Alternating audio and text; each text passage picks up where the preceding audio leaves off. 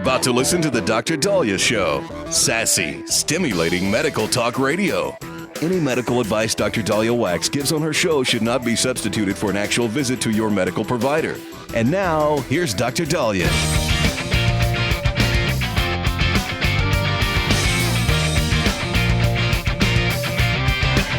We're back at the Dr. Dahlia Show. Happy Thanksgiving, everybody. 1-877-Dr. Dahlia, 1-877-DOCDALI. So yesterday I was at my friend's house, and I guess Transportation Secretary Sean Duffy was telling people to stop wearing pajamas on the plane. Now, my first thought, and I like Sean Duffy, but my first thought was, are they going to make Coach more comfortable?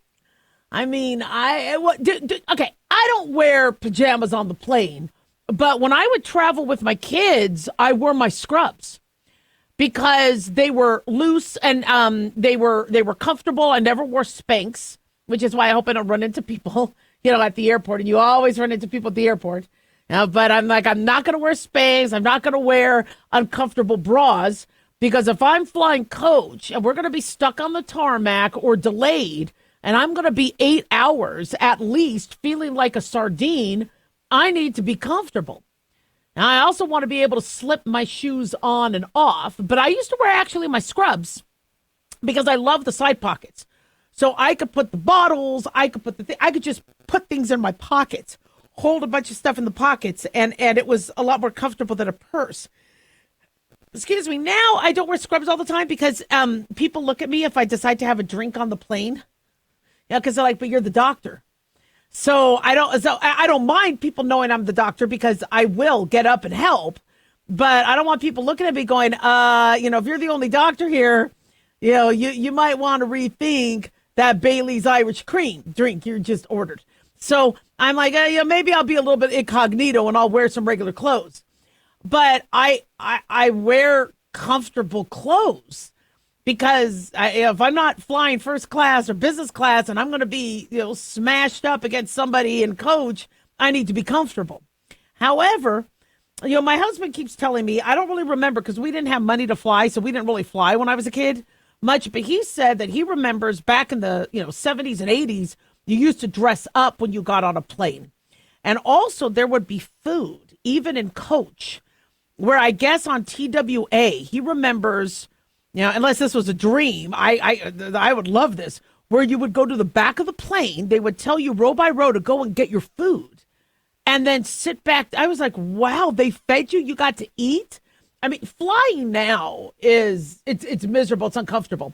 In fact, I can't tell you how many trips I have decided not to do just because I don't want to fly and I don't want to fly coach and be uncomfortable. And sorry, it's too expensive to upgrade sometimes. And flying is miserable. However, apparently we are being told that there have been flight disturbances that have skyrocketed since COVID. And it's not our flight attendants' fault. And people are being very rude and not treating other people courteously. And so I guess Sean Duffy thinks that maybe if we have this quote-unquote civility campaign, it's a civility initiative, maybe it will make people nicer. Although I got to tell you, if I'm wearing Spanx and an underwire bra, I'm grumpy, okay? I'm going to be like, where's my peanuts? I'm not going to be as comfortable. But he spoke at Newark Airport in Jersey, and he said he noticed a degradation in civility among air travelers and is launching this civility campaign, according to Fox News. And he has encouraged travelers to say please and thank you to our pilots and to our flight attendants and to dress with some respect. I always say hi to the pilots. Now, yeah, I'm flirting, but I like the pilots. I also like to make sure I don't smell alcohol and things like that. So, I'm like, hi. And then what I'll do is I'll be really loud about it. Go, oh, the pilots are handsome today. And then, they're all excited and, because I figure, maybe they'll fly better if they think that, we think they're cute. And then with the flight attendants, I'm always like, I appreciate you. Because I know they don't get that a lot. So I like to do that because, I was in the service industry, so I completely understand, how that's important. But, I like men in uniform. So you got a good looking pilot. Anyway, Sean Duffy says, whether it's a pair of jeans and a decent shirt, I would encourage people to maybe dress a little better, which encourages us encourages us to maybe behave a little better. Let's try not to wear slippers and pajamas as we come to the airport. I think that's positive. Now, the slipper thing is a safety thing, because I got to tell you, when people need to get off a plane in an emergency, trying to find their shoe, I stopped taking off my shoes. And I think also it's because people are like, good, it doesn't stink now. Because I tell you, man, you work out in these shoes, they don't smell good. I definitely don't want to air them out on a plane. But some of my shoes smell good, but the ones I'm going to wear to the airport are not going to be the good smelling shoes. And so if you're wearing flip-flops and slip-ons, now you're trying to find your shoe in turbulence, that could be difficult. So I kind of like the idea of you having your footwear on, plus people step on your toe. If you're sitting in the aisle, people are stepping on your toe. So I wouldn't have open-toe shoes. I would definitely have, I like wearing boots, even if it's not that time of year, just because stuff doesn't get in them. They just provide me more protection. I just like that. But, I know people are kind of looking at this going, why is he telling us how to dress? Come on, man. But it really has gotten to that point. I mean, you do see people where their skirt is almost as high up as their belly button. And then you hear these cases where they're accusing somebody of looking up their skirt. Well, I mean, if I was a dude, and I'd be like trying to look away because I'm like, I don't want somebody to think I'm a creep. But how do you not look when it's just all out there? And so I do agree that there does have to be some decorum on a plane. However, if you're not going to make air traffic comfortable, we need to be comfortable. And wearing tight-fitting clothing is not jeans. I mean, jeans can be great, and they're sexy looking and all that. But I don't think jeans are comfortable at all on a plane. Maybe if you're super skinny, but for somebody like me, no, they chafe. Now they say 1 in 5 flight attendants reported experiencing a physical incident in 2021. While reports of unruly passengers in 2024 remained above pre-pandemic levels. Now, come on, people. This is BS. All right, quit acting up. Quit yelling and screaming and getting disorderly. And I get it. We're in a confined place, and it's not comfortable. And planes really need to do something about it because, I'm supposed to fly to Reno in May, and it's going to cost nearly $2,000 for 4 of us. The ticket prices are getting expensive. For me to just do an hour flight, they better make that sucker comfortable. 1-877-DOC-DOLLY. Don't go away.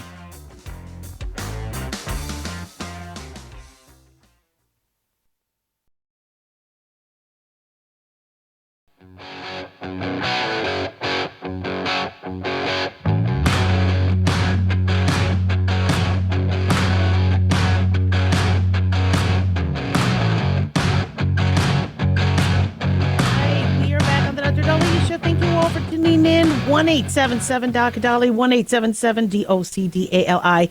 Big thanks to Talk Media Network for making the show happen. Big thanks to Daniel, our producer, and big thanks to y'all for tuning in. We really do appreciate it. Don't forget to follow us on Twitter or X at Dr. Dahlia, Facebook, The Dr. Dahlia Show, and on YouTube, click like and subscribe. So one of my favorite charities is the Salvation Army. And more than 2/3 of Americans are worried about having enough money to pay for gifts this Christmas. And the Salvation Army has provided holiday assistance to over 2.3 million people. That was just last year alone. Volunteers at 24,000 kettles across the country are going to be ringing bells this Christmas in support of spreading joy. And the average volunteer bell ringer raises enough money to provide up to 250 meals to those in need. Now, joining us today is Commissioner Merle Heatwole, the national commander of the Salvation Army, to talk to us about their mission and the Red Kettle campaign. Commissioner, thank you so much for joining us. Well, thank you, Dr. Dahlia. It's a privilege to be able to be a part of your broadcast and to be able to share about the Salvation Army's work throughout the country. Well, God bless you and all those volunteers and everything you do. Let's start with, talk to us about the Red Kettle campaign and why it's so important. Well, the Red Kettle campaign has been going on now for 135 years, and it's so important because it is our primary fundraising tool to provide assistance to families, not just during the Christmas season, but all throughout the year. And this particular year, it's essential because we've seen an increased demand in requests for our services by 20 to 25%. We know that homelessness has increased by 18%, and that there are 18 million families who are facing food insecurity. And so we want to make sure that we have the opportunity to assist them, to bring some joy into their life, and to bring some new hope as they face these difficult times.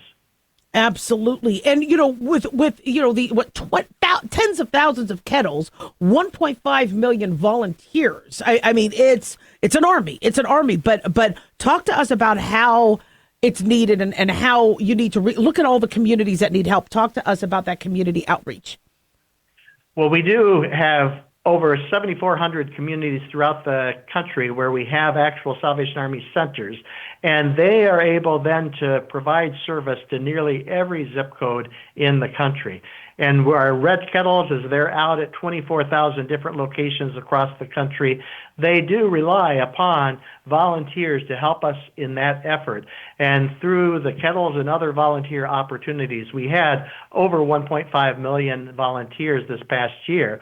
And if someone wants to volunteer to be a part of the Red Kettle campaign specifically, they can go to registertoring.com and sign up for a couple of hours to get out there and to really make a difference within their local community. And that's what's important for everyone to know, is all donations that they would give stay within their local community.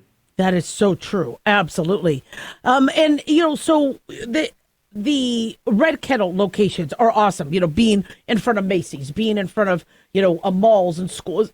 Talk to us about how people can donate, beyond that. Sure.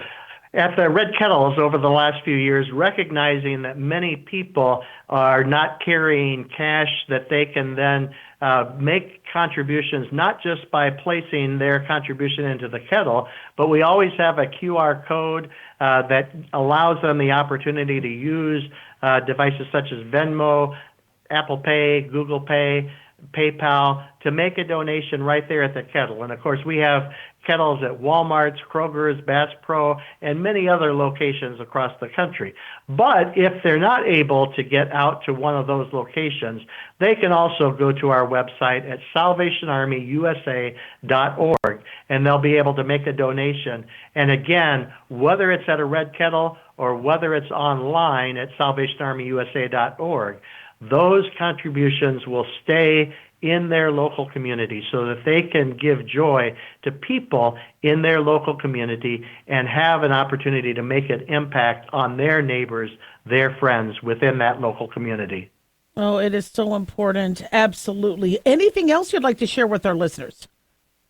Well, one of the things that we would want them to know is that throughout the year, we provide many different types of services to help people, and that could be in rent and utility assistance, that can be in after-school programs for young people, that can be in addiction recovery process to help people get back on their feet through job training and other opportunities, through shelters, many different types of services. And if they want to know what's happening within their local community, they can go again to that website, salvationarmyusa.org, and they'll be able to look up the center that's closest to them and to contact that center to find out what's happening within their local community. Oh, that's wonderful. You guys have done so much. I love that Friends episode where somebody tried to make change, in the kettle. Just put money in, don't take money out, please, people, and no cigarette butts. But that's fantastic. Commissioner Merle, everything you and the Salvation Army do is we are just so grateful. Where, again, can my listeners find more information, and how, again, can they help? They can go to salvationarmyusa.org, and they'll be able to find out how they can best help us throughout the Christmas season. And we want them to have the opportunity to give with joy this Christmas season. Absolutely. Well, we really, really appreciate you. Glad we usually have you on every year, so glad you came back, and we can't wait to have you come back again, even throughout the year, so we could help support our local Salvation Army. Well, I appreciate it and welcome any opportunity for us to be able to tell how people can get involved and give them the opportunity to have that joy of generous giving. Absolutely. Thank you, Commissioner Heatwell. 1-877-DOC-DALI, 1-877-DOC-DALI. I always get asked from people, how can I help? I don't have a lot of money. I can't donate. Like he said, a few hours to ring the bell. And it's amazing how there's so many other ways where people can help. One, yes, financial assistance is needed. In fact, there was a commercial that the Salvation Army did last year, and it was showing a mom who was homeless with her child and how she was able to go to the Salvation Army for help. We forget, that we get all busy in the holidays and we, do our turkey cooking, and we're all kind of panicked about travel and if we're going to wear pajamas on a plane or not, and we forget that there's individuals where their biggest concern is how to feed their kids, or how to try to give their kids a Christmas, or Thanksgiving. And so that, who is picking up that slack? And it's these amazing organizations like the Salvation Army. And when I watch, I see Tunnel for Towers, and I see these amazing charities out there, and I look at all the charities that need money, and I sit there and I tell my husband, I go, I want to give to everybody, and I but it's not going to be enough. And then who do you give? Do you give $11 a month here? Do you give $10 here? Do you give $100 here, $1,000 here? And I feel like it's not enough. But one thing that I like to do, which I am going to remind everybody to do, is I like donating blood. And urging people to do that, because that's another way to be charitable and help. And for those individuals on tight budgets, doesn't cost you any money. And for those people that can't donate blood, because boy, blood is needed desperately during the holiday season, then you could host a drive. If you can't donate blood yourself, or even if you can donate blood yourself, hosting a drive then brings in multiple blood donors. And we want to, as humans, not be selfish. We want to feel like we are helping, mankind, that we are making a difference, and that we're good, and we want to get to heaven.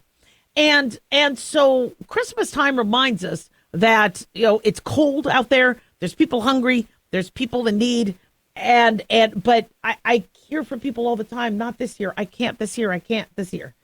And you also have some people that are so overwhelmed that they feel like, well, if I give to one, I have to give to another. And how do I know which one? And so there's other ways where you could help, donating. Remember, I told you that Goodwill was noticing that donations were on the down slope, even with clothes and things like that. There's lots of ways you could help. And another thing that also really, really helps this time of year is where you do like a garage sale. So let's say you don't have money to donate to Salvation Army or whomever. Get your neighbors together and say, what we're going to do this December is do assuming the weather permits, we're going to have a neighborhood garage sale, or we'll do it in the spring. And then that money, that you raise could go to, again, a local charity. And you can put the signage up, and also reach out to these charities. When I wanted to help, figure out how to bring blood to the hospitals, I talked to the blood banks going, what's the best way to do this? So, where there's a will, there's a way. 1-877-DOC-DALI, don't go away.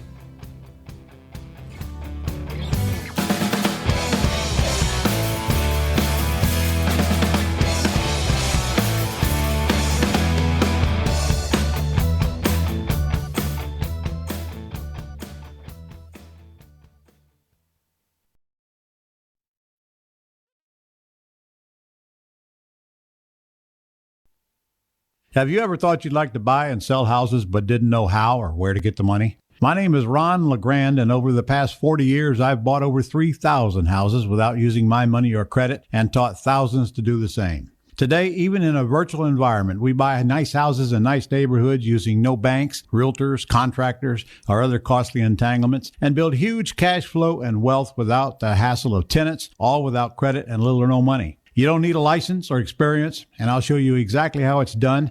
Text FREE to 99799, and I'll send you my free training. I promise you I'll change the way you think about real estate and open the door to a new, lifestyle that doesn't involve risk or rehabs and can quickly replace your current income. Text FREE to 99799 and let me show you how to take your life back and build cash flow and wealth from your home. That's FREE to 99799. Again, FREE to 99799. Hi, it's Mark Falter, host of the Financial Fitness Show.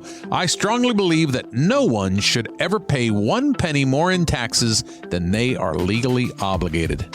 Unfortunately, for most hardworking Americans, this just isn't the case. Why? Because most people spend more time planning next weekend's getaway than trying to ensure they're going to pay less in taxes. My financial fitness team has put together some materials that I know are going to help you. It's the Tax Savings Kit. Tax Savings Kit includes 3 things: free tax analysis, top 10 ways to pay less in taxes, and an investor's guide to taxes. Now, how do you get it? Simple.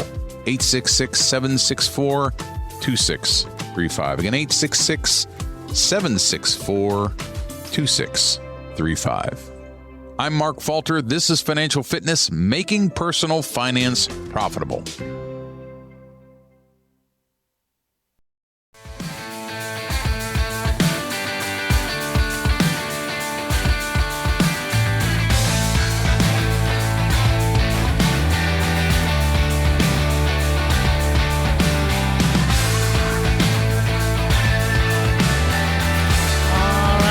Back on the Dr. Dahlia Show. Thank you all for tuning in. 1-877-Dr. 1-877-DOCDALI.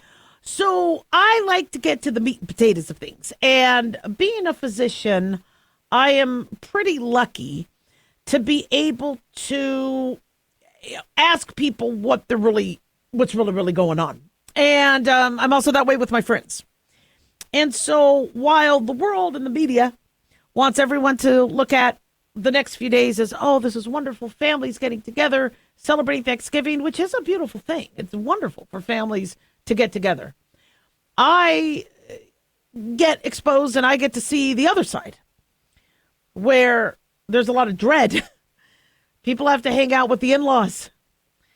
They have to spend a lot of money on a trip that is counted as their once-a-year vacation to a place that they really don't want to go, and go through all the hassle of travel. And and so my show will always talk about the stuff that nobody wants to talk about and nobody feels they can talk about. And so I know people think it's a joke when I talk about the in-laws and a step-to-step guide on how to get through the in-laws and the holidays, but it's a real thing. Now, the number one medication that I would be asked for on Thanksgiving week before people would leave for the holidays, because I would always work up until Wednesday night on Thanksgiving, was Xanax. People would ask for Xanax. And so, of course, I start to ask why.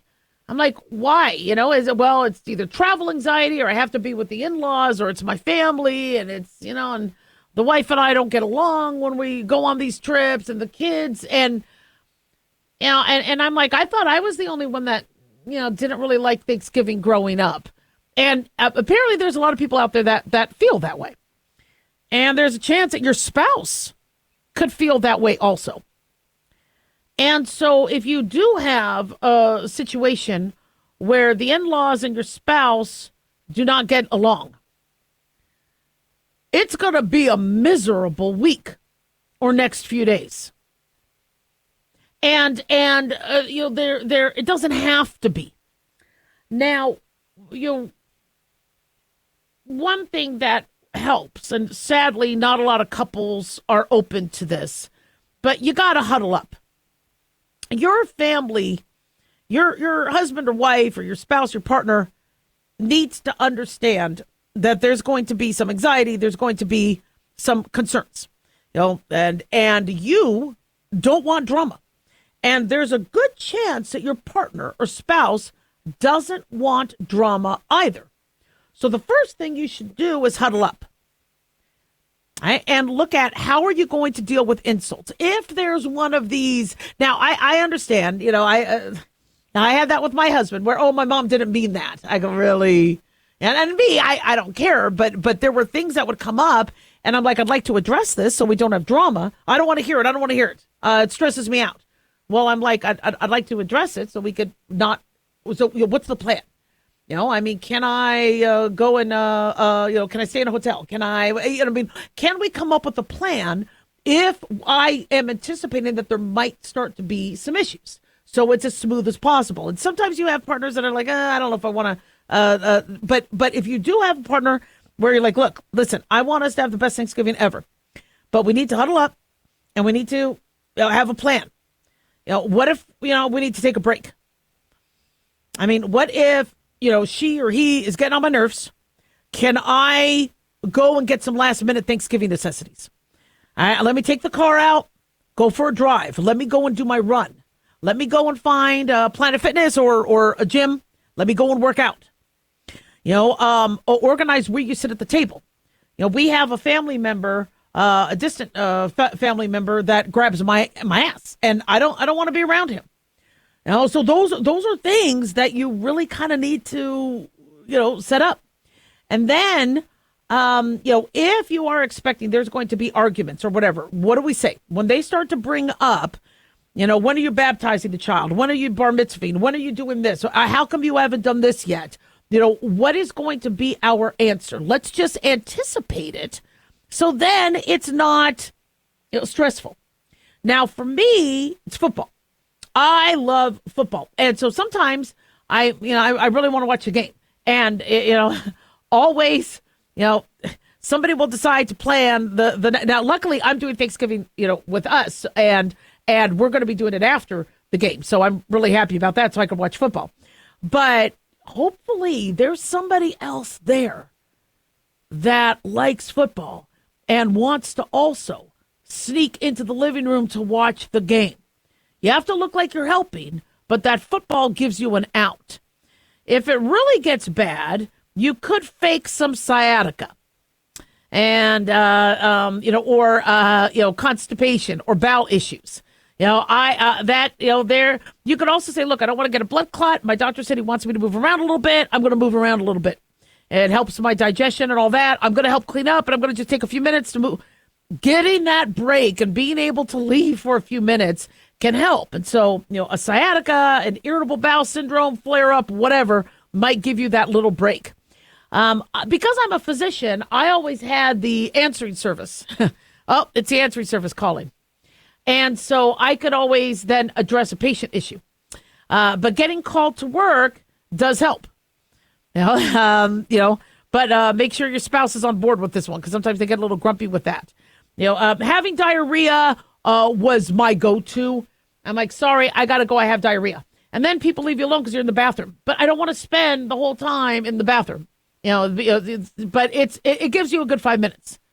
Now, another thing you could really do, this is the nuclear option, people. This is the nuclear option. You could tell people that your throat is getting scratchy, your body's getting achy. Oh, no, don't be sick. Oh, no, stay away from us. That's a nuclear option. I don't like faking illness, though, because I think there's karma. I really don't like, but if, right now I'm feeling a little achy. I'm not lying. I don't like to lie. So that could, that could help. But most importantly is, look, family time is important because your kids, and then later the grandkids, they remember these. So even if you're in misery, keep in mind that you are making a memory for those children. And so, I remember even telling my husband, look, I don't really like Thanksgiving. Let's just do a dinner. And I kind of just forgot that, my kids really want to have that. They want that experience. And so, just suck it up a little bit. Don't take it personally. There's going to be personal attacks. If somebody at the table doesn't like you, that's not going to change. They're not going to like you. So and also know you're not alone. Millions of adults are going to be sitting at a table with people they don't like. It's okay. Just scroll through Facebook, see all the us, in-laws or, parents, whatever. You're not alone. And another thing that I sometimes like to do is make a game of it. I'm like, all right, honey, all right, $5 that so-and-so is going to bring up this. And I will double it if they also add X, Y, and Z. Now, if you have a spouse that's into games and competition, it could be actually fun. And then if you're actually making money, you almost want the in-law to bring up the insult or to bring up the uncomfortable topic, right? And you can make a game of it. Another thing is have a happy place. So one thing that I remember hubby and I were kind of, he'd get frustrated because I'm like, look, I know we're doing this with your family and stuff, but I am going to need a vacation. Okay, this can't be our vacation. Well, we can't afford. We're spending money on this, and I'm like, but for me, I needed to know that I had a happy place or a vacation. So make sure you have that conversation where, look, I know we're doing this for the holidays, but what I really, really would like to do is, a weekend in the snow, a weekend at the cabin, something like that, a night out, so that you have a happy place and you get a free day. Bringing the pets is great.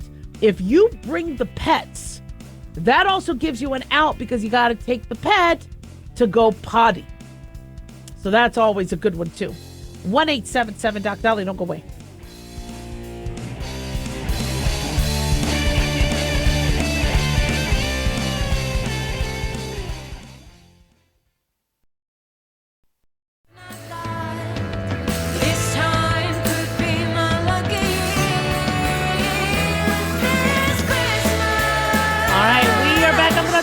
Show. Thank you all for tuning in. 1-877-Doc Dolly, 1-877-DOCDALI. So it's the time of year for a couple turkeys to get the presidential pardon.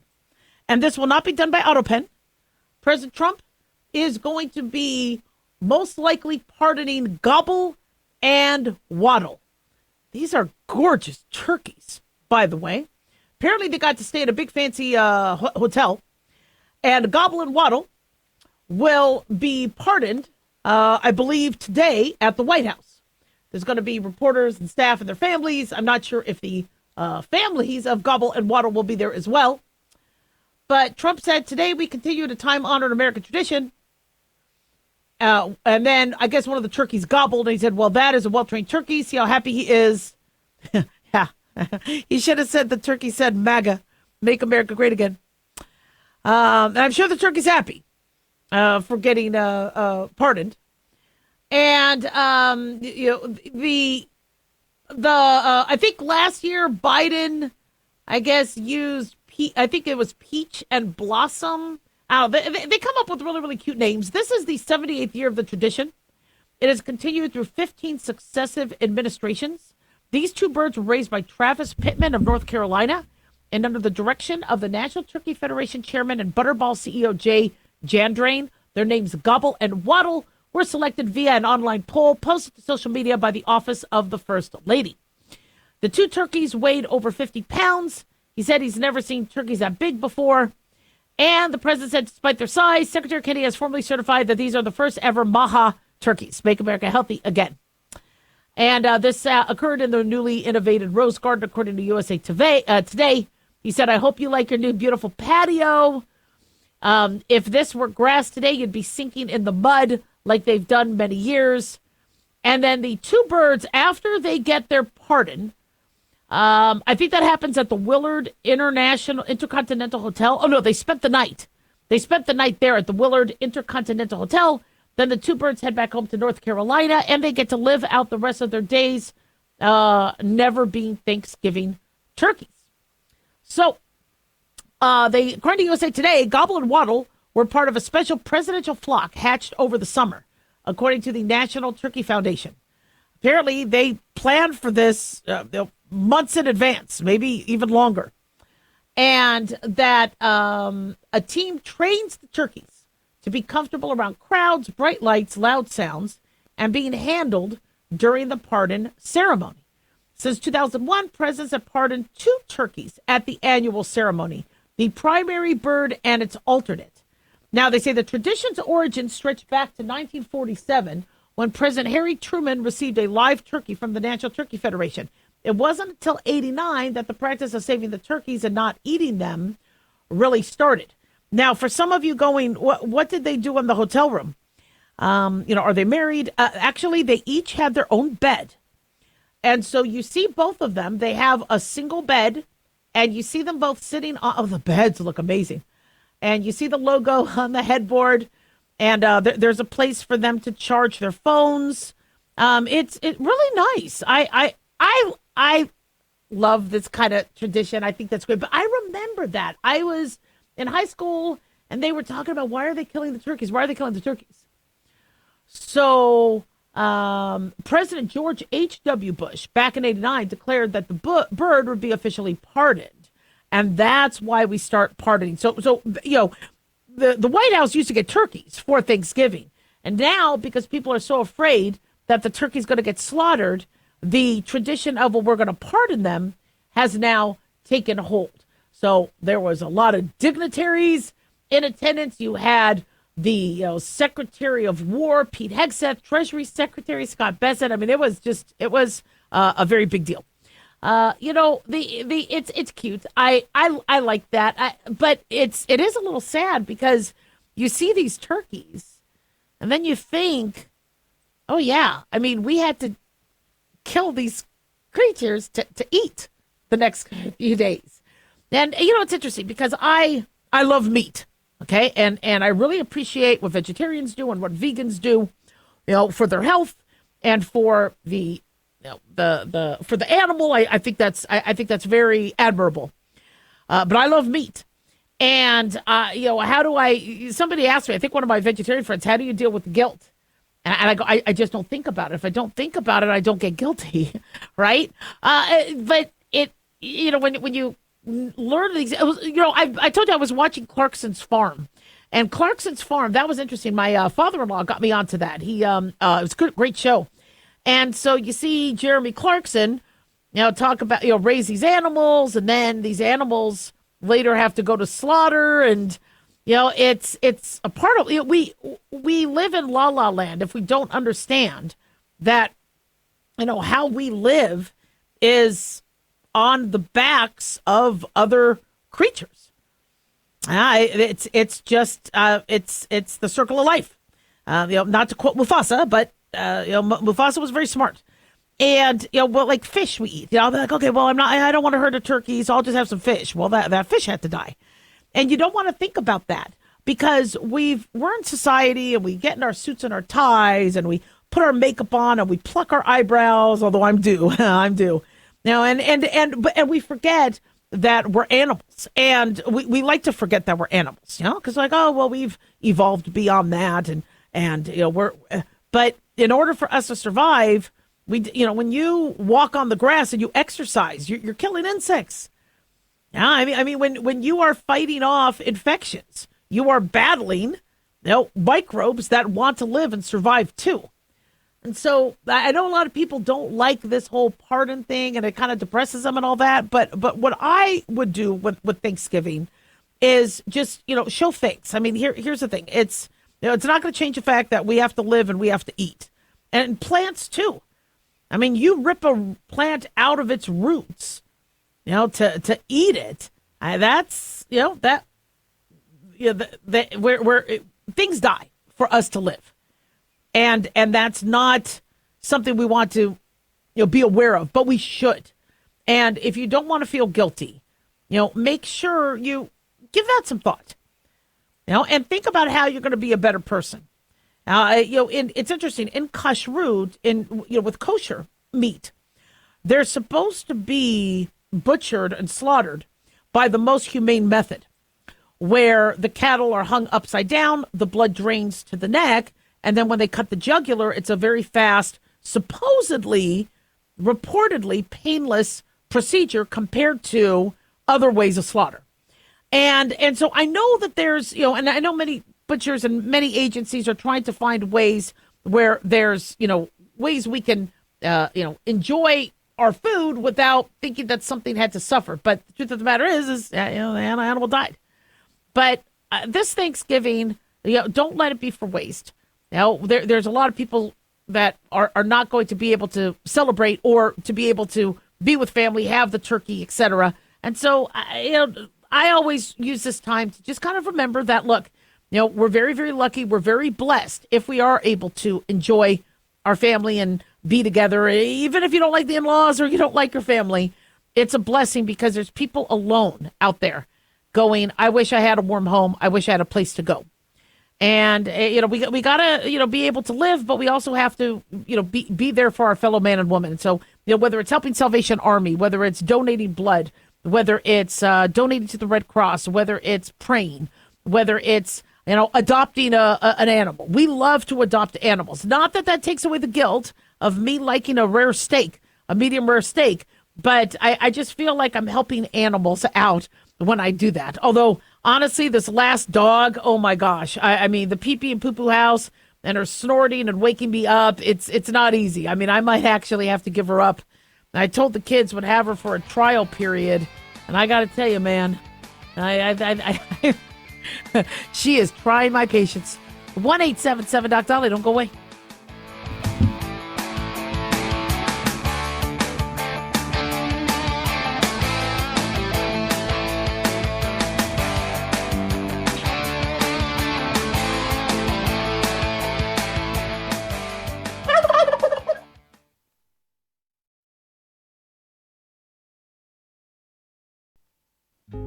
Hey guys, it's Clyde. We've had a lot of requests for Ground Zero merchandise, so we put together an online store with a big variety of high-quality items. I'm really excited to let you know about these things. We have a lot to offer you and your loved ones. In addition to our regular apparel, such as t-shirts, beanies, hoodies, and hats, we've expanded our product line with posters, flags, aprons, mugs, and a whole lot more. We also have Ground Zero collectibles along with a limited edition of items like a Clyde Lewis canvas portrait, a Ground Zero embroidered jacket that will certainly make for great gifts and for interesting conversations with family and friends.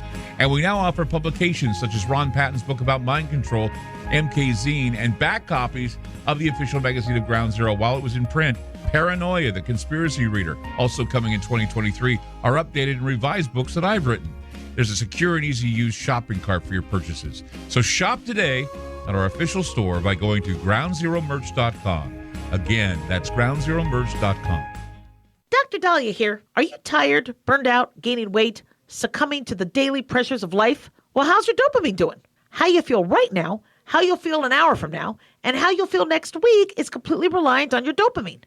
Our daily motivation and willingness to push through challenges depends on the intricate chemical process dopamine provides. Christian Kalikas and I created Deploying Dopamine, a book that tells you what dopamine is, when it dysfunctions, and how to successfully deploy it when needed. Find Deploying Dopamine on Amazon today. Check it out. Carl Amari here to tell you about our newest website for old-time radio lovers. It's 100radioshows.com. At this site, there are 5 old-time radio shows waiting for you to download free as our gift to you, and be sure to browse the additional 700 old-time radio shows available to you for 70% off by using the promo code RADIO at checkout. This is a limited-time offer, so log on to 100radioshows.com. That's 100radioshows.com.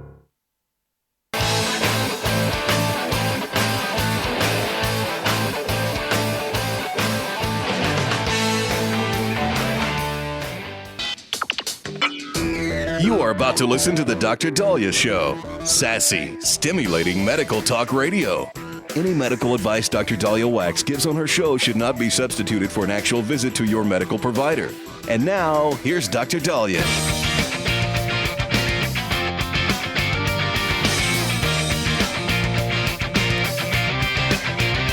All right, we are back on the Dr. Dahlia Show. Thank you all for tuning in. 1-877 Dr. Dahlia, 1-877-DOC-DALI.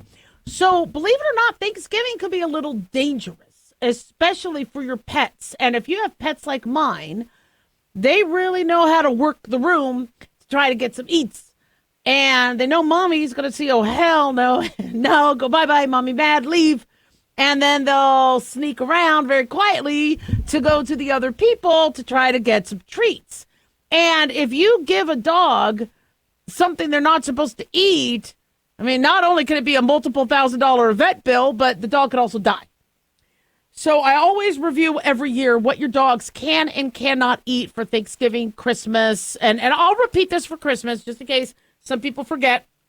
And also I post this on Twitter and Facebook, X and Facebook, so you have it. So, and listen, I want the dogs there. I always post a picture of the dog sitting at the table. The cat used to. Well, we have cats and dogs, but one cat, Shaky Boo, always sat, had his own plate, and now he's at the farm. So he's not joining us anymore. Uzi Tushy, she will sit at the table, but now that we have a new dog, Snort is going to want to sit at the table, and I don't know if she knows how to sit at a Thanksgiving table appropriately, so we got to figure out how to do that. And I give them their plate, and they have, napkin and utensils. And, because I know they want to, they're part of the family and I love them. But unfortunately, I now have to review with everybody that comes over what the animals can and cannot eat. And so I'm going to review with you all. Okay, so according to the American Kennel Club, we're going to start with dogs. Okay? Dogs can eat in very small amounts. They can have some turkey. They can have some chicken. They can have some beef. You've got to remove the bones so they don't get swallowed, and the bones could perforate the gut. I understand that some of you are going to be serving some ribs. Keep in mind, some of these dogs can break through those rib bones, so still be careful. I know you want to give a dog a bone, unless it's one of those really, really big, the T-bones, my dogs, I got small dogs, they tear through even the T-bones. So, but with turkey, there's wishbones and things like that, so be aware. They can have some ham, they can have some shrimp, little bits, all in little bits, salmon, they can have pumpkin, they can have egg, they can have cheese, they can have peanut butter, they could have bread, but no raisins. Raisins are a no-no. They say you can have popcorn. I don't like giving the dogs popcorn, but they say if they do eat the popcorn, it's not an emergency. They can have corn, they can have honey, apples, bananas, blueberries, cranberries, cucumbers, oranges, strawberries, watermelon, broccoli, Brussels sprouts, carrots, celery, green beans, peas. See, I don't like peas. So I could be like, oh, gosh, ooh, that dropped on the ground. Oh, well, dog picked it up. So dog helps me out with that one. But what do you have to avoid in dogs? This is where it gets tricky. Onions, mushroom, garlic, chives. So if you're, like, I like to baste my turkey in French onion soup. It tastes so good. Although my husband's going to be doing the turkey, so I'm not going to be able to do that this year. But so if you're going to give the dog turkey, but it has onions from the onion basting or onion powder, that could be a problem. So with dogs, no onions, no mushroom, no garlic, no chives, no tomatoes, no asparagus, no raw dough, no avocado, no raisins, no grapes, no cherries, no chocolate for dogs. That's I'm fine with. I really don't want to share my chocolate. No cinnamon. So if you do yams with cinnamon and stuff, no. No ice cream for the dog because of the dairy. No almonds, no macadamia nuts, no alcohol, no nutmeg, no mushrooms, no caffeine, no coconut, no energy drinks. Please don't give your dog the energy drinks. No artificial sweeteners like xylitol. But a biggie is don't give the dog the fat and the fried food and the skin. I know they like it. I remember my grandmother says, well, it helps their coat, their fur. No, because it could give them a pancreatitis. It could cause bowel obstruction. You cannot give fatty foods to dogs. That's why it has to be very lean. Now, you got to watch the portions. With your kitty cats, the cats, actually, like my cats, they join us. So what could they eat? Again, tiny bits. They could have some meat, fish, grains, eggs, butter, bananas, strawberry, watermelon, pear, apples, and they could even have vegetables like carrots, celery, green beans, lettuce. They might stick their nose up at it, but they can have it. Of course, you cannot give cats similar foods, as dogs, according to vets now, because of the toxicity. No alcohol, no raw fish, no raw egg. You got to avoid some dairy products with them. No coffee, tea, energy drinks, none of that. Now, some of you say, Dr. Dahlia, okay, you're assuming everybody just has a cat and a dog. I have a fish, and I have a Nemo tank. So what do I get to feed Nemo on Thanksgiving? I'm ready for you. You could give Nemo some goodies. All right. So if you do have a fish, the fish can eat some meat and vegetables. They could even eat scrambled eggs. You could even throw some cooked rice. The problem is there's a lot of toxins that could be in the cooking oil and things like that. So if the fish is watching you and you really want to give it something, you could give it a couple little vegetable thingies, but I would be very careful. And then I understand that there's some of you that have a parakeet and a bird. So what can you feed your bird while you're eating bird? Well, don't feed the bird. Don't do that. But what can your parakeet eat? So, according to pethelpful.com, there's many fruits and vegetables, breads, nuts. You got to chop up the nuts and no shell. Don't give the bird the shell. And the bird could then enjoy that if you want to help feed your bird. And, I get it. I have, every time we have adopted a dog, I told my husband, we're not giving them table foods. We got to train them. All they get is the chow. They don't get the table foods. And then my husband gives in because they're begging and they got the big doe eyes and they want, and they forget. They gobble it up so quickly they even forget that you gave it to them. And so Thanksgiving, they're already ready. They're already running around and getting all excited. They know exactly what's coming. But unfortunately, we cannot be feeding our pets a lot of the foods we eat. Their gut doesn't tolerate it. Another thing that you really got to be careful is if grandma or grandpa's over and they're going into their Tylenol or their Excedrin migraine and they drop a pill, you have got to find that pill that they dropped. We do not want pets eating Tylenol or other medication because unfortunately that could be extremely toxic to them. 1-877-DOC-DOLLY. Don't go away.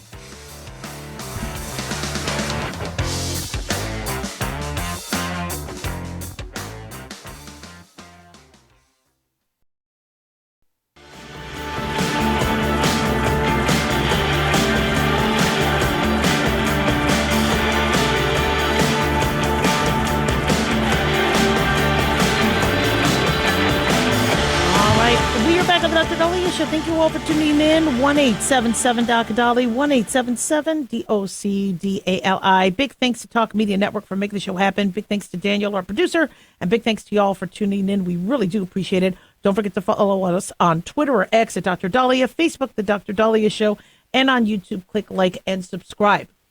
So smoking is making a comeback. Now, I think we've been seeing this for a little bit. During COVID, actually, there were people re-embracing smoking.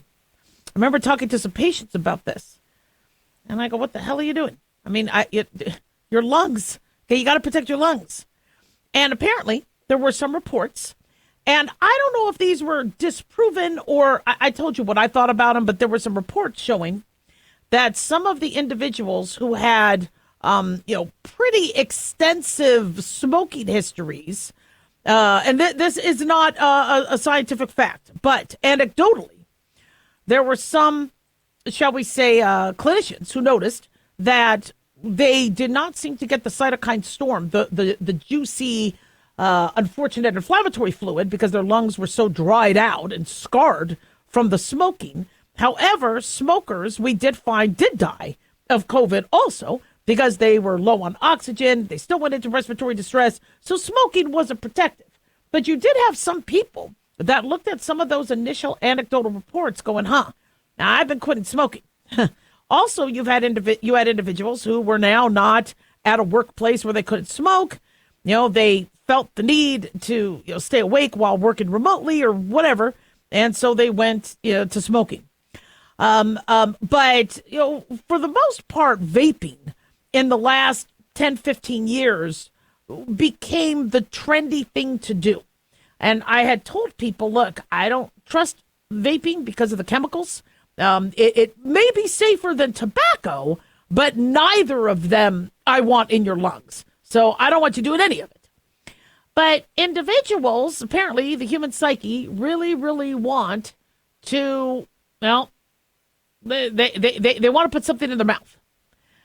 Now, what I had predicted and spoke to y'all about is the weight loss aspect of it. The obesity epidemic that ensued after the tobacco cessation success. Not only could we blame, for fast food and people wanting to put something in their mouth, but for decades, people have used smoking as as an appetite suppressant. Virginia Slims. I don't know if you watch Mad Men. The mom is on a school field trip. Kid has to eat her lunch. She doesn't get lunch. She's hungry. So she reaches into the cigarettes. That's what they did. My mom was skinny when she smoked. That's how women stayed so slim. I never smoked, and you could tell. and so a concern I had is if somebody was not able to afford or continue purchasing or getting their insurance to pay for the Ozempic or their or their weight loss drugs, and their mom and grandma in all these pictures were skinny and smoking, would there be, sadly, this drive to go back to tobacco? Well, there is. We're actually seeing more and more people go back to tobacco. Now, is it that because, big tobacco hasn't been selling cigarettes, they're starting to get cheaper? Remember, cigarettes used to be pretty expensive to buy a carton, especially since now they were taxing and they were trying to dissuade people from smoking. But, if the costs are going down, some people might find that to be cheaper than going to vaping. You also see a lot of celebrities doing it. There are celebrities making it look like it's cool. In fact, I think I was watching Slow Horses, and I was amazed that in Slow Horses you saw Gary Oldman, the fantastic show, by the way.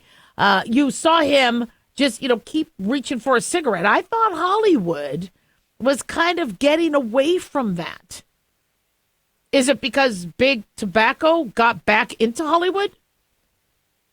Apparently in New York City, there was the AOL is reporting that 1,500 smokers gathered in Washington Square Park for a cigarette break.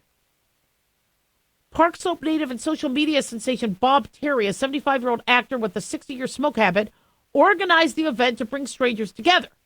He said people are pent up these days. All the work, the stress, sometimes you just got to get people together and have a smoke. There's too much crap out there about health, too much salad and jump rope. Everyone's a nut. He said, kick back and light up. Now, he said, he calls himself the cigarette maestro, wants smokers to cut back, especially those that never started. But I'm telling you right now, smoking's coming back. And I am concerned about that because we made some huge headway. We've been saving lives, getting people off the smoking. Smoking, I mean, whether it's lung cancer, whether it's lung disease, whether it's heart disease, whether it's cancer risk. Yeah, smoking is bad. Your lungs, your body was never designed to have those pollutants and pesticides and toxins in your lungs. And also, I think another reason why smoking's coming back is because of marijuana. They call them gateway drugs, but it's not a far stretch if you're already smoking something to, then smoke something else. I mean, they were talking early on that people that smoke cigarettes were going to be more likely to smoke marijuana. And I remember some doctors going, no, that's not true. And I go, well, if it's legal, yeah, I could see. I mean, because if you're not, I don't want to inhale something, but if you're already inhaling something, it for some people who want to, try other things, it's not that unheard of. I'm not saying smokers will want to then become addicted to marijuana, but it's not that far a stretch to move on to the next. Another also issue we've been having is edibles are so expensive. And so when people are using marijuana because it's legalized, and then they're like, well, I'm not going to smoke it, I'll just do the edibles. Some of these edibles, I had a patient, actually I was speaking at a women's event, and it was somebody with diabetic neuropathy, but I've had patients that told me too. And she said her marijuana edibles for her diabetic neuropathy is costing her $600-700 a month. Now that was pre-COVID. Well, that's a lot of money. So if somebody ends up wanting to get their marijuana and they could get it cheaper, then they might do it in a smoking fashion or a mechanism. So I'm concerned, but I think a big reason why we're going to start seeing it is because the Ozempic and the Wegovy and the Mounjaro is starting to wear off. People are not losing that initial weight, and they're starting to struggle to keep the weight off. Now, some people are able to do it, and they look great, but once your body gets used to the GLP-1 satiety that is, indicative of, or is what it's indicated for, people are panicking. And to regain weight after you spent tens of thousands of dollars on this medication is a no-go for people. And so I'm really nervous that people are going to the cigarettes. Another thing that people are doing also is they're using it as a stimulant. So we have a ADHD epidemic where everybody and their mother seems to have attention deficit. I'm hyper. I could concentrate a little bit more, but I know I don't have attention deficit because there's no way I would have gotten through school and everything. That, with not being able to concentrate. But I am hyper. I love being hyper. Not going to medicate for it. I need my energy. And I love who I am. And as long as I'm not, as long as I'm able to function and still hold my job, I'm good. When we decide to intervene and get people help is if it does affect their, work, affect their relationships, etc. Well, people are looking for stimulants, and if they can't get it through caffeine and their energy drinks, and energy drinks are starting to get expensive. I don't know if you've looked at Red Bull. Black Friday, I noticed that Red Bull you could get for about $33 a case for Black Friday. It upped to $44 a case. Prices are going up. We're going to be talking about that in a little bit. So prices are going up. Be careful. Be aware. And so some people are going to the nicotine as their stimulant. Now that's a problem. So when you see people smoking, we need to figure out what exactly is it. Is it a smoking in the boys' room type of thing where it's peer pressure, or is it that they need it because they're asleep? They had sleep apnea, so they're not able to get up and go to work the next day. Why are they going to smoking? But sadly, it's making a comeback. 1-877 Doc Dolly. Don't go away.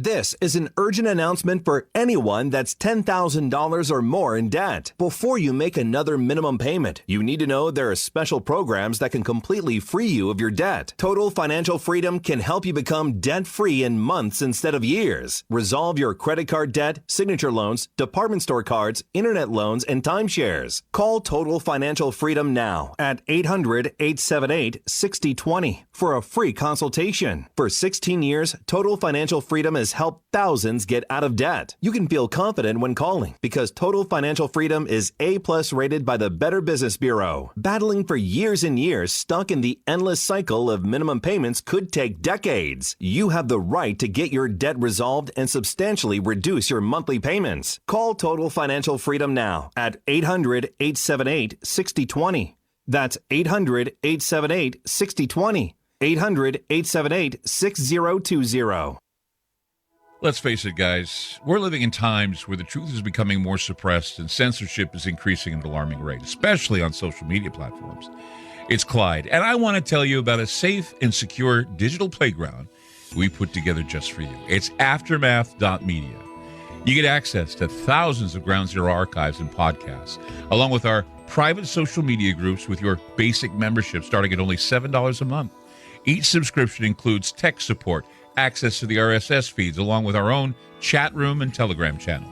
In addition, the premium membership includes research study groups, webinars, a document and movie library, a live video stream of Ground Zero, a monthly Zoom chat with me, and other bonus content. Be sure to check out our yearly specials as well. Sign up today while you're thinking about it. Sign up at Aftermath.media. Again, that's Aftermath.media.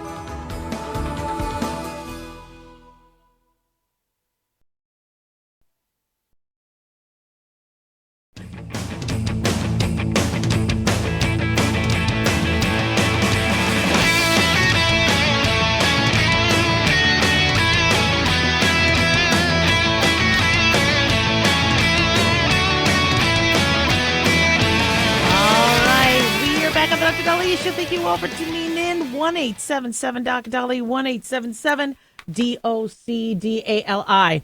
So I don't know about you all, but I have been getting emails and texts for Black Friday specials, and that's been going on since Veterans Day. After the Veterans Day specials, it's Black Friday deals. And I do a lot of online shopping. I don't necessarily go into stores as much anymore, so I know the prices of things, and I got to tell you, they're going up. Okay, and I told you how I'm a little jaded from what happened to me when the Superman movies came out about 15, 20 years ago, and I wanted to get my son Spider-Man. I wanted to get him a Spider-Man bike. I go into a store, very commonly used store, and I decided to go before the Black Friday deals because I thought the prices would go up. And I asked the gentleman that was there if he could bring the bike down because I'm going to buy it. That was really, really nice. And he said, girl, no, just come Black Friday. And I'm like, well, no, because it could be gone and it could be more expensive. He goes, no, the bikes are going on sale and I'll be here at 6 a.m. and I will help you get that down. Trust me. So I left the store. I came back Friday morning at 6 a.m. Not only was that bike gone, maybe he wanted it, all the bikes were $20 more. And I was like, I really want to get my baby that Spider-Man bike. So I ended up getting him something else. But, Black Friday, there's some not so fun facts. So these are some things you didn't know about Black Friday. All right. So what was Black Friday's original meaning? So the original Black Friday is believed to be September 24th, 1869, where Jay Gould and Jim Fisk were railroad executives and Wall Street cutthroats, and they devised a plan to boost gold sales through a scheme that involved President Ulysses S. Grant, who would unwittingly avoid selling Treasury gold while they bought up as much of it as possible. When the president got wind of this, he opened up the Treasury vaults to flood the market. This caused a huge crash of not only gold, but the whole market. Sadly, farmers suffered huge losses. Speculators became financially ruined. One even committed suicide. So the original Black Friday was that day. That's the original, okay? Then what about modern day Black Friday? So Philadelphia police officers get credit for coining the term. Back in the late 50s, there was a lot of chaos during Thanksgiving, traffic jams, tourists coming in for the Army-Navy game. And so by the 1960s, Philadelphia police officers would coin this chaotic day full of crowds and rushing stores Black Friday. But it wasn't until the 1990s when retailers and stores would then now embrace that name, and then they would use it to promote sales. So the Black Friday that you know is very recent. It's the 90s.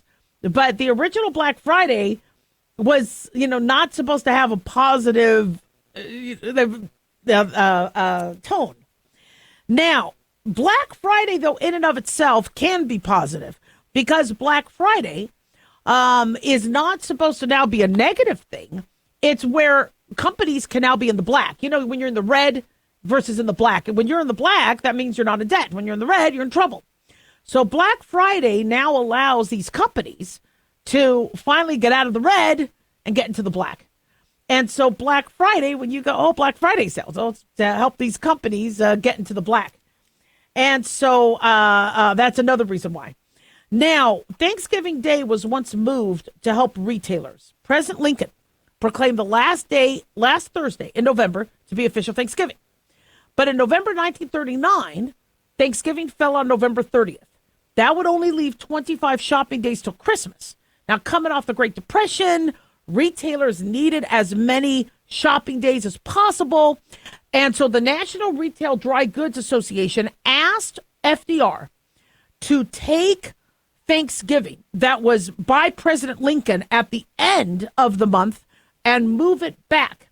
Now, I guess the original request was denied back in 1933. But by 1939, FDR said, okay, we'll move it to the third Thursday in November. So they did do that. And then there was a lot of confusion. Some celebrated Thanksgiving on the fourth Thursday, others on the third, because you didn't have social media. So unless you read a newspaper saying, guys, Thanksgiving is different now, people didn't know what the heck they were doing. And they were celebrating Thanksgiving on the wrong day. So FDR and Congress had to then create legislation that decreed Thanksgiving fell on the last Thursday of every November. Now, another trivia question. Is Black Friday the busiest shopping day of the year? It's not. It's actually, I believe, the day before Christmas. That's when people are like, oh, I forgot to get this. I forgot to get this. So even though it is busy, actually, it's the Saturday before Christmas. It used to be Christmas Eve, but now that so many places close, they're saying it's the Saturday. They found that it's the Saturday before, but I also think Christmas Eve also surpasses Black Friday sales. Now, the idea that prices drop for Black Friday, I've said this, not all prices drop. In fact, you are going to have those doorbusters, and then you're going to get in the store. Now you're a captive audience, and now, unfortunately, you could be, scammed to spend higher for things that you don't need to. And so, this is why you really need to buy your wrapping paper and things like that in the summer. I buy all my Christmas lights in the summer, that kind of thing, because if you're trying to now decorate and all that, it's going to be higher price. That's just the way it is. Now, Black Friday did change to beginning on Thursday, and this was started during the Great Recession. Back in 2011, I know they're starting to change Wikipedia and Google saying the recession ended in 2009, but in 2011, Walmart was having issues. And so with the slump in sales, they decided to open Thanksgiving evening to get an early start on Black Friday sales. Then Macy's, Target did it. And then a lot of people decided, you know what? We're done with dinner. We're done with football. It's Thursday night. Let's go shopping. And so a lot of people actually liked that. They liked going shopping on Thanksgiving night so they didn't have to wake up early Friday morning. But then when COVID happened, they didn't have the staff. They couldn't. So that kind of reversed that. And now you have some stores saying, it's interesting because some stores will say, we are not going to be open on Thanksgiving for our staff. You wonder if they did that because they couldn't find staff. But I kind of like Thanksgiving where everybody gets to be home. I don't want to have to see workers work on Thanksgiving when they could be with their family just so companies could make a profit. But I got to tell you, the Black Friday chaos where people are camping out at 3 a.m. in the cold, not safe. In fact, people are getting killed. Black Friday is one of the deadliest shopping days of the year. Back in 2017, Action News 3 reported 412 shoppers died that year due to stampedes, stabbings, shootings, and other violence. 2017, over 400 people died on Black Friday. I understand getting a television set for a few pennies cheaper might be nice, but not worth it. Not worth it. And then another statistic is 12% of Black Friday shoppers might be drunk. According to Retail Me Not, a survey revealed that 12% of shoppers admit to being drunk when they shop the day after Thanksgiving. So that could explain the stampedes and people being all stupid and all that. Like I said, I'm already noticing the prices go up. So I've done a lot of my Christmas shopping already. And we're going to be talking about after Thanksgiving, when we come back from the break, things that you could do to save money. If you think you're getting screwed over with Black Friday, things you could do to kind of make really cool gifts. We always talk about cool gift ideas for under $50 that you could make, even $25, because there's ways to do gifts that really pack a nice punch. But for those of you that are getting ready and getting excited to shop, it is fun to go with the family and to shop and get gifts. But it's not fun when you spend more than you need to. All right. And it's not fun when you get stampeded. 1-877-DOC-DOLLY. Don't go away.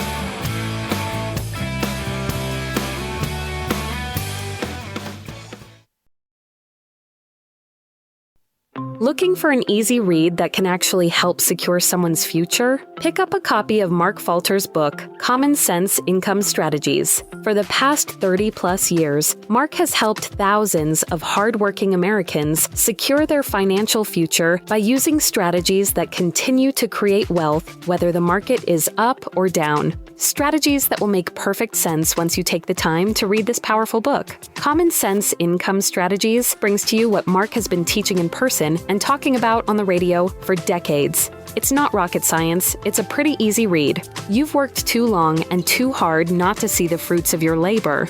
Common Sense Income Strategies is available now on Amazon or by calling 866-764-2635. That's 866-764-2635. Common Sense Income Strategies by Financial Fitness Show host Mark Falter. Secure your financial future today.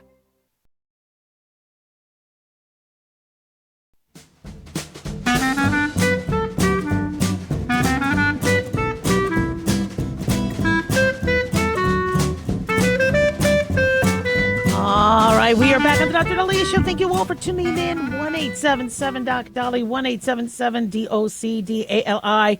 So today is one of the busy travel days for the holiday season, and we are hearing that it is not without its drama. We've had some multiple stoppages at many airports. According to FlightAware, 473 flights have been canceled today. Delays into and out of the United States, 2,300. Cancellations within, into, and out of the United States, only at 67 for now. Thank God. But still, one flight canceled affects others. Chicago O'Hare, definitely having some more delays than others. Atlanta Airport, Hartsfield, Jackson, LAX. We're starting to see, some, and this is even if we didn't have the shutdown, it would have been a mess, but I think the shutdown did make it worse. We are being told, Daily Mail is reporting that America is facing its worst Thanksgiving in 15 years, as 7 major airports have grinded to a halt. Now, why does that happen? Well, it's also, weather. There's thunderstorms. Apparently, there's coast-to-coast weather systems moving across the United States. We're being told that all flights departing from Hartsfield, Jackson, Atlanta Airport have been delayed by an average of 30 minutes. The air traffic control tower at Hartsfield, Jackson, Atlanta was actually briefly evacuated due to the storm. And so got to keep everybody safe. As of 11:30 a.m. Eastern Time, Hartsfield, Jackson, Atlanta, America's busiest airport, has seen already 260 flights delayed. The FAA has revealed plans for a potential ground stop at San Francisco International Airport, SFO, lasting until midnight. But no official announcement or delays have taken place at the moment. The agency also announced preparations for ground stops at JFK, LaGuardia, Jersey's Newark, Ronald Reagan National Airport, Philly International Airport, and Chicago O'Hare may also see ground stops between 1 p.m. and 5 p.m. Approximately 82 million people are expected to travel at least 50 million miles for Thanksgiving, with Tuesday being one of the busiest days for Americans visiting family and friends this week. Why? Well, it used to be you used to work until Wednesday night, then try to rush to the airport, and many people are, we're not going in on Wednesday. Or Thanksgiving week, there's a lot of schools where they're just off the whole week. So now people have a little bit more breathing room to travel. And so, for those people that are wrapping things up on Monday, they end up going on Tuesday. So Tuesday ends up being a busy day. Unfortunately, though, with weather, with problematic traffic, and then still not having enough air traffic controllers and staff after all the BS that happened with the shutdown, pack your patience. It's not going to be easy. The FAA, we're being told by Daily Mail, also issued a temporary ground stop at George Bush Intercontinental Airport in Houston. There were equipment outages and poor weather conditions. Forgive me, not Chicago O'Hare, but Chicago Midway. Midway had briefly halted flights. No, actually, there has been some O'Hare issues, too. Okay, that's what I thought. So Chicago Midway halted flights because of low ceilings, meaning low clouds that made it harder for pilots to take off and land safely. And delays averaging around 30 minutes have been reported at O'Hare as well. So the FAA is warning of potential ground stops into the evening, including Hartsfield Jackson. And Hartsfield Jackson, I think, is a big Delta hub. So for those of you with Delta, you might want to check what's going on there. And meteorologists have noted that Tuesday will be the storm's busiest day. It is spreading heavy rain, gusty winds, thunderstorms across a huge stretch of the United States, from the Gulf Coast to the Southeast and to the Midwest. AccuWeather is saying that there's going to be, they are anticipating hundreds of delays at O'Hare, St. Louis, Lambert, Minneapolis, St. Paul. Yeah, I mean, if you could drive, again, be careful also, because people are jerks on the road. And if it's slippery and slidey and icy, my friends got into an accident in front of us when we were following them on black ice near the holiday years ago. It's got to be careful. As of 11:30 a.m. Eastern Time, over 1,700 flights entering or departing the United States were delayed. As I said, that number is changing. And so conditions for travelers in the Northeast and Great Lakes region are expected to deteriorate. And in fact, some areas are seeing an all-out blizzard. According to AccuWeather meteorologist Brandon Buckingham, they said as the storm in the north central tier continues into the middle of the week, substantial blowing and drifting snow is forecast in portions of Minnesota, northern Michigan. And with all-out blizzard developing in the vicinity of Lake Superior, plus wind gusts over 40 miles per hour could cause airline delays in cities including Minneapolis, Chicago, Detroit, and Cleveland. The Dakotas are expecting to see up to 12 inches of snow, as well as Wisconsin and Michigan. So obviously your flights could be impacted. Here's the thing, I'm not anti-holiday, and I get it. I know we talk about in-laws and we talk about family stress and my dysfunctional family, and it's not my nuclear family, but the extended family. And I love them, but we don't get along because of the past and how things happen to us, and so for me, Thanksgiving is not any holiday I would be traveling for. But I get it. I respect it. But one thing that really, really bothers me is that you have these days where everybody and their mother is traveling at the same time. And so, I've really brought up with my family and others where, we celebrate November 17th, or we'll do Christmas December 18th, or we'll do, and maybe that helps shave off some of that, and I get it. When it's Christmas Day, that's tradition. You want to have Christmas dinner. I get that. So, just like Easter dinner, there are some things you will not trick or treat on a day other than October 31st. So I get that, and I understand that.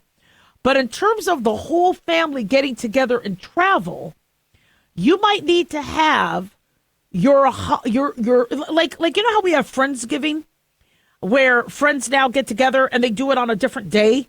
And then you all feel like you're having Thanksgiving. I don't know what day of the week it is when we do that, but we do it. And you have the memories, you have if traveling is going to be this chaotic, this dangerous, you and the family might want to talk about where nuclear family or those in town get together, but those who travel, we're going to come up with a safer option and a less stressful option where we do our Thanksgiving on the 18th. Or on the 29th, or something like that, and I really think it could minimize some of the hassle. A lot of people get bored the Friday and Saturday and the Sunday. Why not do Thanksgiving then? Why not travel on Thanksgiving Day? I would do that too. I would travel on Thanksgiving Day or Christmas Day and go. We're going to celebrate tomorrow. We're going to celebrate. We're going to be together. We still have the decorations. We still have. Honestly, you really forget what day of the week it is. And for those of you that don't like how your family watches football like me, if it's a day where there's no football, although I think there's going to be a lot of college football this weekend. Woo, a lot of good college football. So pack your patience. We do have some breaking news. We are being told by a U.S. official that Ukraine has agreed to a deal for peace. And Trump is going to be working this holiday weekend.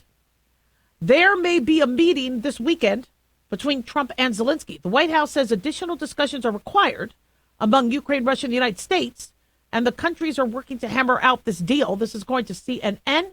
Ukraine agreed to the U.S. proposal with only minor details outstanding. According to a U.S. official, Ukrainian President Volodymyr Zelensky says more work needs to be done, but he may visit Donald Trump over Thanksgiving to complete the final steps and make the deal. U.S. Army Secretary Dan Driscoll is holding meetings, according to CNN, with Russian officials in Abu Dhabi. According to a U.S. official, and Russian Foreign Minister Sergei Lavrov indicated that Russia could reject an amended U.S. peace plan if its terms are fundamentally different. Now, White House is being optimistic. I understand that they had a plan, and then I guess Zelensky didn't like it. It gave up too much of the territory that Russia got, and then the Europeans got involved. But I got to tell you, if Trump works, over the holiday and gets this done, that's going to be a big gift to millions. 1-877-Doc-Dolly. Don't go away.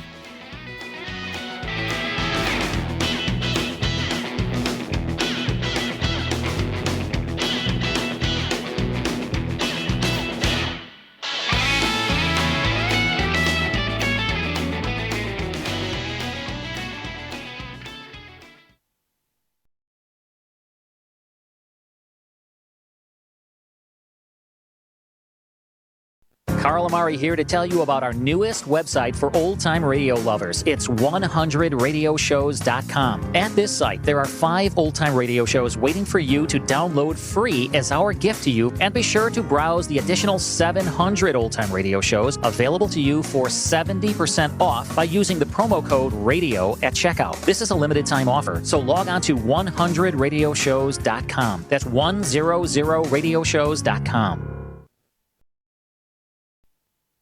Can you believe, with all the recent violent protests, looting, and destruction, some areas are considering either defunding or abolishing the police? At a time when America's neighborhoods need the protection of police the most, some elected officials would rather create more chaos by playing politics. If you're sick of elected officials caving in to demands of the radical left, you're not alone. It's time we stand up and declare our support for local police. The majority of police officers are important partners in protecting our God-given rights. If you prefer freedom over chaos, then learn how you can help protect the local police that serve your community. Call today and request your free Support Your Local Police info packet. Dial 800-JBS-USA-1. That's 800-JBS-USA-1. Request your free Support Your Local Police info packet by calling 800-JBS-USA-1 today.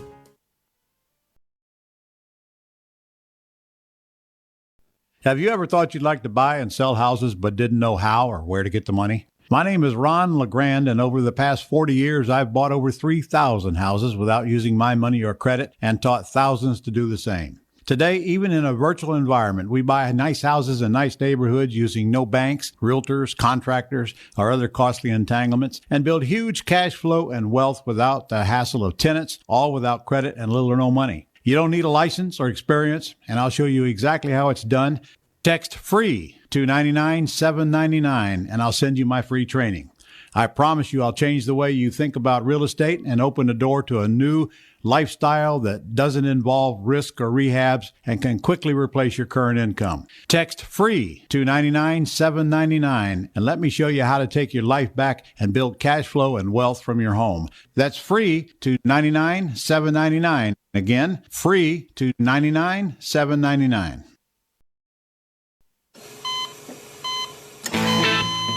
As an organ donor, your story doesn't have to end. The good in you can live on. In fact, you could save up to 8 lives and restore sight and health for many more. Sign up right now online as an organ, eye, and tissue donor. You'll be happy you did. And just maybe, someone else will be happy too.